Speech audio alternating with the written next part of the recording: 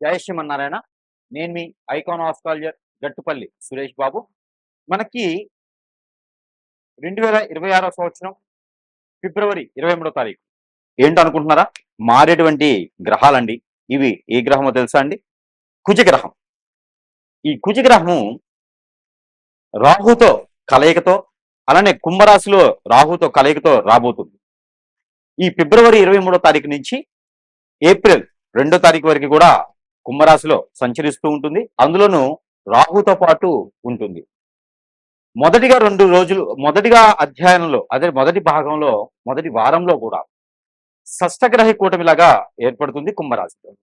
ఆ తర్వాత రాహుతో ఈ యొక్క ఏప్రిల్ 2 తారీఖు వరకు కూడా రాహువు కుజుడు కలయికతో ఉంటారు కాబట్టి ఆపోజిట్ సైన్ కేతువు కూడా వీరికి సహకరించేసి ఒక శుభ దృష్టి అశుభ దృష్టి ఇక ద్వాదశ రాశుల వారి మీద ఎలా ఉండబోతుంది, వారి యొక్క జీవితంలో ఎలాంటి మార్పులు రావబోతాయి.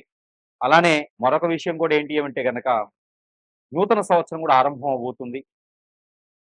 మన యుగాది నుంచి నూతన సంవత్సరం ఆరంభం కూడా ఈ కుంభరాశిలో రాహుతో పాటు కూడినటువంటి కుజుడు ఉండడం జరుగుతూ ఉంది. కాబట్టి ఈ మేర ఎలా ఉండబోతుంది ద్వాదశ రాశుల వారికి చూసినట్లయితే, ఎవరెవరి జీవితంలో పెళ్లిళ్ళు చేసుకుంటారా, ఎవరెవరి జీవితంలో అన్యోన్యంగా ఉన్నటువంటి దాంపత్యం ఉంటుందా, ఎవరెవరి జీవితంలో వీరి యొక్క రాహు కేతువు అందులోనూ కలయికతో ఉన్నటువంటి కుజుడు వీరి యొక్క శుభ అశుభ ఫలితాలు ఏ రాశి వారి మీద ఎలా ఉంటాయి, ఆ తర్వాత బిజినెస్ చేసుకునే వారు విదేశాలకు వెళ్ళే వారికి ఎలాంటి శుభ ఫలితాలు ఉంటాయి, ఏది ఎప్పటివరకు తెలుసా అండి? ఫిబ్రవరి 23 తారీఖు నుంచి ఏప్రిల్ 2 తారీఖు వరకు కూడా వీరి యొక్క గోచార స్థితిగతుల ప్రకారంగా ఈ యొక్క గ్రహరీత్యా దోషాలు ఏమున్నాయా, వీరి యొక్క స్థితిగతులు ఎలా ఉన్నాయో చూసినట్టయితే కనుక ఒకసారి మనం పరిశీలన చేస్తున్నట్టయితే ద్వాదశ రాశుల్లో ఒకటైనటువంటిది ద్వాదశ రాశుల్లో ఒకటి కన్యారాశి. ఈ కన్యారాశి వారికి ఈ రాహువు కలయిక అంటే ఎక్కడ కుజుడు రాహుతో కలయిక కుంభరాశి. ఈ కుంభరాశిలో కలయికతో మీకు ఎప్పుడో ఎక్కడో గొడవలు అయి ఉండి అవి సమస్య పోయి ఉంటే అవి కూడా మళ్ళీ గెలుక్కొని మరి వారంతా మీదకి రావటం, ఎక్కడెక్కడ వదిలేసిన ఇవన్నీ కూడా మళ్ళీ మీ చుట్టూతో అష్టదిబ్బందులు అయిపోవడం, మీ కాళ్ళకి చుట్టుకోవడం, పెళ్ళై భార్య భర్త దూరమై ఉంటే కూడా అవి కూడా మీ దగ్గరికి ఇబ్బంది కలిగించడం. ఇక మీరు ఏదైనా వ్యాపారం పెట్టి నష్టపోయి ఉంటే కూడా, అసలు మీరు కన్యారాశి వారు కాబట్టి వ్యాపారం పెట్టరు, అంటే మాటలతోనే డబ్బు సంపాదిస్తారు. కాబట్టి ఎక్కడైనా మైమరచిపోయి డబ్బు పెట్టి ఉండి ఆ డబ్బులు నష్టపోయినా కూడా వదిలేస్తారు. అవన్నీ కూడా ఇప్పుడు మళ్ళీ మీకు పీక చుట్టుకుంటాయి.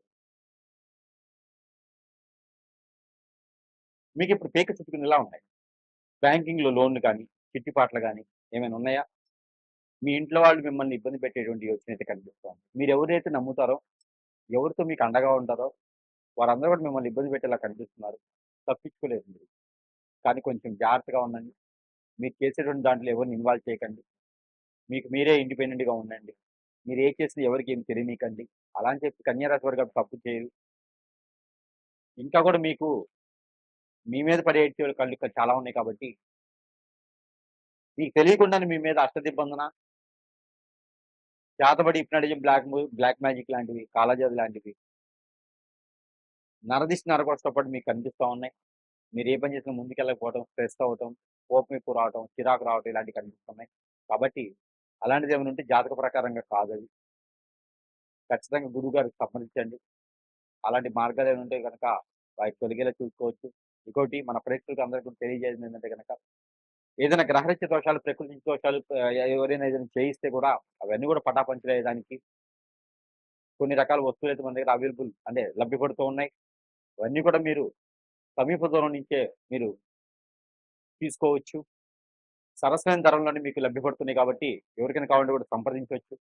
ఇక ఈ చిన్నపాటి పరిహారం చేసుకొని కూడా అదృష్టవంతులు అవ్వచ్చు. అలానే ఈ రాశి వారైతే గనక ఖచ్చితంగా ఇలాంటి పరిహారం ఒకటి చేసుకున్నట్లయితే మనం అనుకున్నట్టుగా మీలో ఉన్నటువంటి దోషాలే కావచ్చు, ఈ యొక్క రాహు కేతువుది, దాంతోపాటు కుజునిది, ఈ దోషాలు ఎవరికైతే ఉన్నాయో వారు ఎక్కువగా ఇలాంటి పరిహారం చేసుకోవడం ద్వారా అన్ని రకాల సానుకూలమైనటువంటి వాతావరణం అయితే మీకు లభ్యపడేదానికి అవకాశం ఉంది. కాబట్టి ఈ పరిహారం అయితే మీకోసం.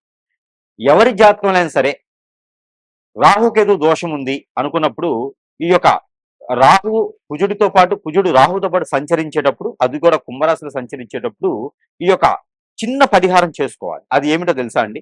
ఉలవలు ఒక పావు కిలో, గోధుమలు ఒక పావు కిలో, పచ్చ పెసలు ఒక పావు కిలో, అలానే కందులు ఒక పావు కిలో, ఇవన్నీ కూడా తీసుకొని మీరు నైట్ పనుకునేటప్పుడు మీ వద్ద పెట్టుకొని పనుకోవాలి. అంటే మీ తల దగ్గర కావచ్చు, మీ పక్కన కావచ్చు పెట్టుకొని పనుకోవాలి. తెల్లవారి లేచిన తర్వాత ఇది మీరు మంగళవారం నైట్ చేయాలి.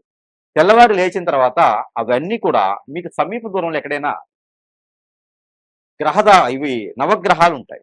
ఆ నవగ్రహాల దగ్గరికి తీసుకొని వెళ్ళి నవగ్రహాల చుట్టూతా 11 సార్లు ప్రదక్షిణ చేసుకుంటూ ఈ యొక్క మిశ్రమాలు ఏవైతే ఉన్నాయో ఈ తీసుకున్నటువంటి అన్ని కూడా వాటి మీద అభిషేకం చేసుకోవాలి.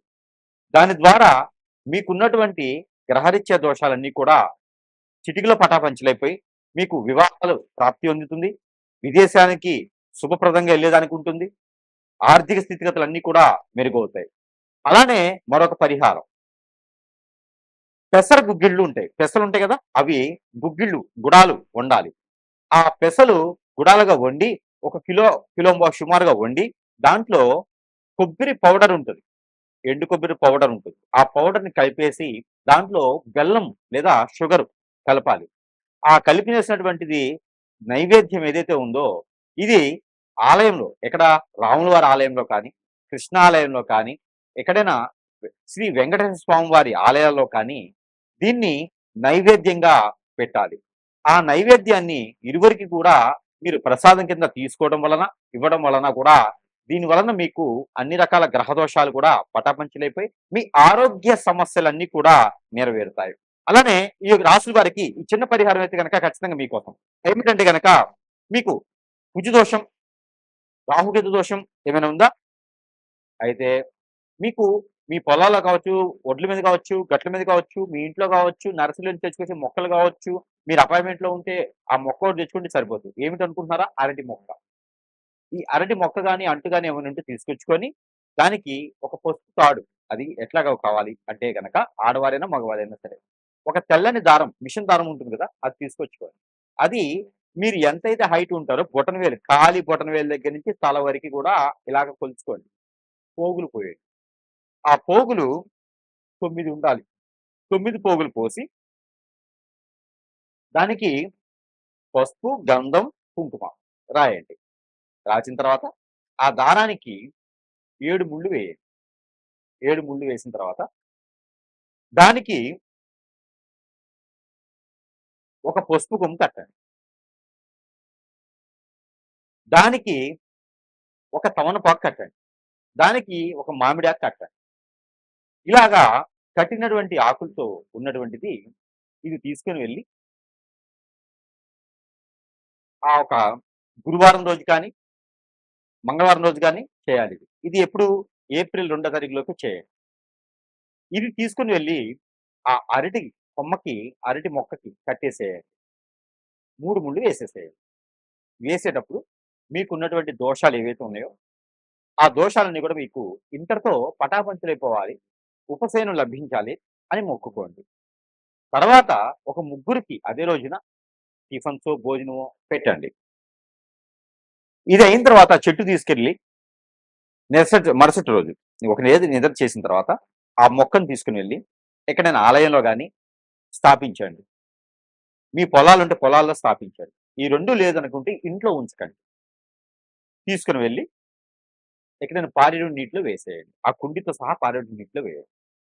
ఇలా చేయడం ద్వారా కాలసర్ప దోషం, నాగదోషం, కుజదోషం, కలస్త్ర దోషం, దాంట్లో కూడా రాహుకేతు దోషం, భార్యాభర్త దూరమైన, పెళ్ళైన తర్వాత దూరమైన, పెళ్లి కావట్లేదనుకున్నా, ఎంగేజ్‌మెంట్‌లో సంబంధాలు ఆగిపోయినా, దగ్గర దగ్గర సంబంధాలు పోయినా కూడా ఈ యొక్క పరిహారం చేసుకుంటే అదృష్టం అనేది మీ వరకు వస్తుంది. అలానే అదే అరటి మట్ట తీసుకొని అదే రోజున మట్టలో దీపారాధన చేసి 2 ఒత్తులేసి, ఆవు నెయ్యితో దీపారాధన చేసి నీటిలో వదలండి. మనం కార్తీక మాసంలో వదులుతాం కదా! అలాగా నీటిలో వదలండి. ఎక్కడైనా చెరువు, కుంట లేకపోతే మీ ఇంట్లో ఉన్నటువంటి గాబులు ఇట్లా బకెట్‌లో నీళ్లు పట్టి దాంట్లో వదలండి. కొండెక్కేదా దాన్ని అలా వదిలేసేసేయండి. ఇలా చేయడం ద్వారా ఆర్థిక సమస్యలు, ఆరోగ్య సమస్యలు కూడా మీకు ఇలా పటాపంచలైపోతాయి. ఈ ప్రయత్నాలు చేసుకొని అదృష్టవంతులవ్వండి.